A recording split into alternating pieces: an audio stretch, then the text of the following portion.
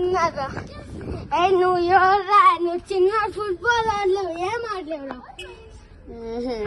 నువ్వు టాల్ చేసిన ఏం అవుతురా? నువ్వు ఎవరా? పిల్లడు ఏడుస్తున్నాడు. నీకేందన్నా? నీకెందుకా? రెస్పెక్ట్ ఇచ్చి మాట్లాడు. పెద్దవాడు నేను నీకన్నా. సైలెంట్ గా చెప్పేమైందో వాడికి. నేను టీజ్ చేసినాను వాడిని. ఎందుకు? వాడు చిన్నాడు, పొట్టిగాన్నాడు. పొట్టిగానా?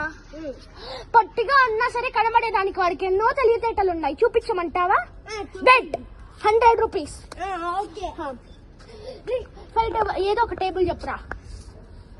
5 1s are 5, 5 2s are 10, 5 3s are 15, 5 4s are 20, 5 5s are 25, 5 6s are 30, 5 7s are 35, 5 8s are 40, 5 9s are 45, 5 10s are 50. చూడు, అర్థమైందా? పొట్టాలైనా సరే వాళ్ళకి ఎన్నో తెలివితేటలు ఉంటాయి. మరి నా 100 రూపీస్ ఎక్కడ? అవసరం లేదు, నువ్వే పెట్టుకో. వాడి గురించి అర్థమైంది కదా. ఇంకొకసారి యారి మీద పొట్టిగా అన్నాడు, నల్లగా అన్నాడు అని డిస్క్రిమినేషన్ చేస్తే బాగుండదు. సారీ చెప్పు వానికి. సారీ. సో మీరు కదా ఫ్రెండ్స్, ఇలా చిన్న పిల్లల్ని పొట్టిగా ఉండే వాళ్ళలో లోకం ఉంటే వాళ్ళని ఇట్లా హీనం చేయకండి. So don't judge book by its cover. ఎవరిని వాళ్ళు ఎలా ఉంటారో బయటికి, లోపల ఉన్న మనస్తత్వాన్ని మీరు శోభించకండి.